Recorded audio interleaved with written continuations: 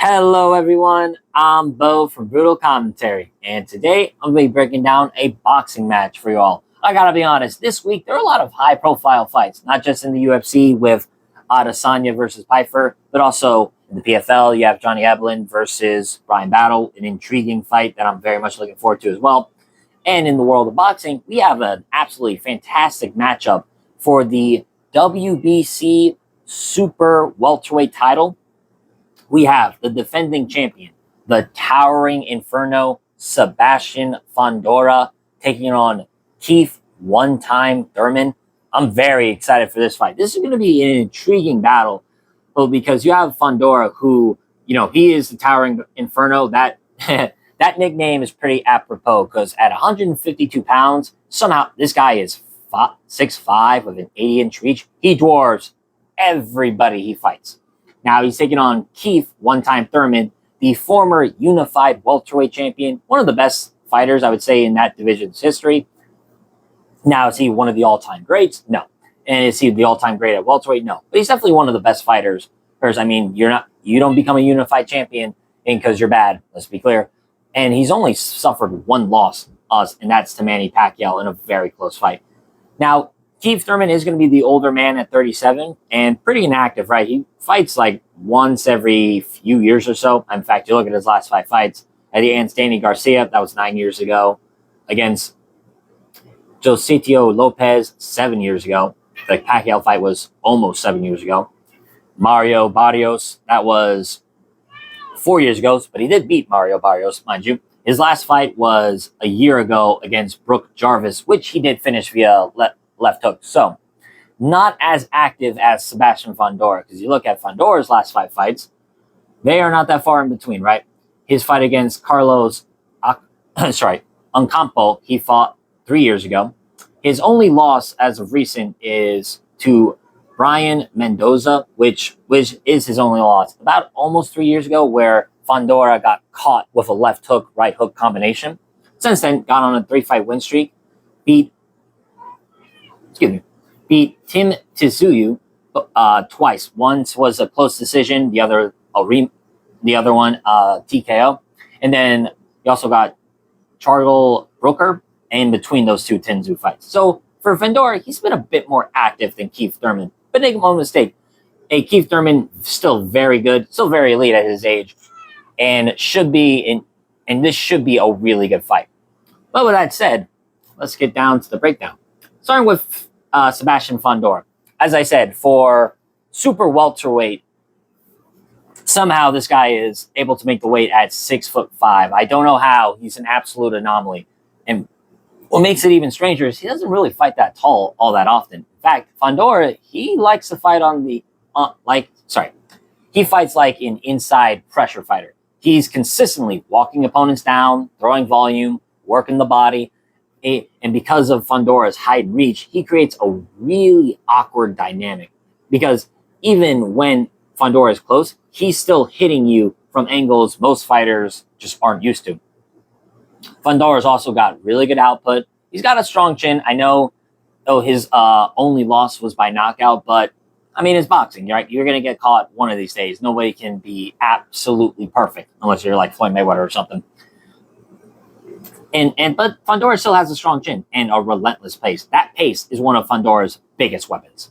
Now, looking at Keith Thurman, and at his peak, he was definitely one of the best welterweights in the world. Again, I wouldn't say he's one of the GOATs or something of the welterweight division, but he was definitely one of the best in the world. Explosive power, great movement, sharp counterpunching. And I would say Thurman's ability to control distance and explode into combinations made him a nightmare for everybody. I mean, still, even now, you saw what he did to Brooke Jarvis. He absolutely dominated him en route to a finish. But that was prime Keith Thurman, right? Now he's older, like I said, more inactive. He usually fights every few years or so. He does that boxing thing, right? He teases his retirement, comes back a few years. Or teases his retirement, comes back a few years. It's kind of annoying, to be honest. But that's what Keith Thurman does. But I will say, at 37, not quite the same athlete he once was. The speed is still there, but I would say it's more in flashes. I wouldn't say it's as consistent. And of course, when you're 37 at this point, durability always becomes a question over time. Though Keith Thurman has never suffered a knockout loss, and his only loss was a close decision to Pacquiao. Now, it'll be interesting to see how his durability has held up after the year layoff. Now, stylistically, this fight comes down to tempo and control. Thurman's going to want space, time to set up his counters, and control the exchanges. I could see him exploding in with a leaping left hook and catching Fundora, which was how Fundora got knocked out in his last fight, or I should say dropped. Fundora, he's actually going to want the opposite, right? He's going to want to pressure, volume, a high pace, uncomfortable fight. And historically, it's shown that fighters coming off long layoffs struggle against guys who can push a pace like Fundora does. So here are the key factors here for me. The biggest factor here is just activity and the wear and tear. Thurman has, like I said, has just not been active. He has not. And I've told you, like, some of his most recent fights are 6-7 years ago. Meanwhile, Fundora fights like a guy who's just in the rhythm, right? He's been more consistent. He had lost and then went on a 3-fight win streak. Showing that, he's not going to get shell shocked just coming off a loss, and shows that he's finding his rhythm, finding his groove again. I mean, he is the champion for a reason. And against someone who throws as much as Fundora, you need to be sharp for every second of the fight, because Fundora is not the type of guy to give you a break in that fight, and that's important for Keith Thurman.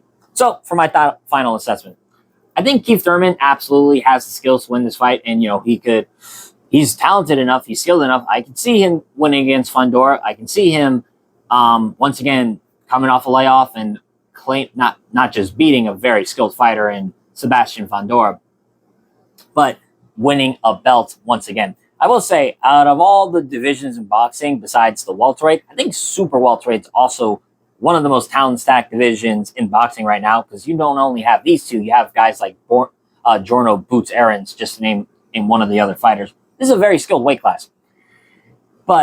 And so for Thurman, I think he still has the skills for sure. He has range control, he's got clean counters, and manages the pace. That's what's going to make him competitive. Could even make him win this fight. But I think over time, Fundora's size, volume, and pressure should start to take over. At this stage of Thurman's career, it's hard to see him maintain that level for the full fight. So for my official prediction, I'm going to go with Sebastian Fundora. I'm going to pick him via decision. Could he get a TKO against Keith Thurman? That's a possibility. I don't think it's likely. Keith Thurman has a very good chin. But I just think Fundora's pressure and output will wear Keith Thurman down and lead to possibly a late stoppage or a decision win. But for my official prediction, I'm going to go with Sebastian Fundora, and I'm going to pick him via decision in this one. But with that being said, that's been my breakdown of this matchup. If you enjoyed the video, like, subscribe, leave a comment down below on who you think's going to win. But until then, I've been Bo from Brutal Commentary. I thank you all for listening. And remember, stay calm, stay respectful, and enjoy the violence. I'll see y'all next time.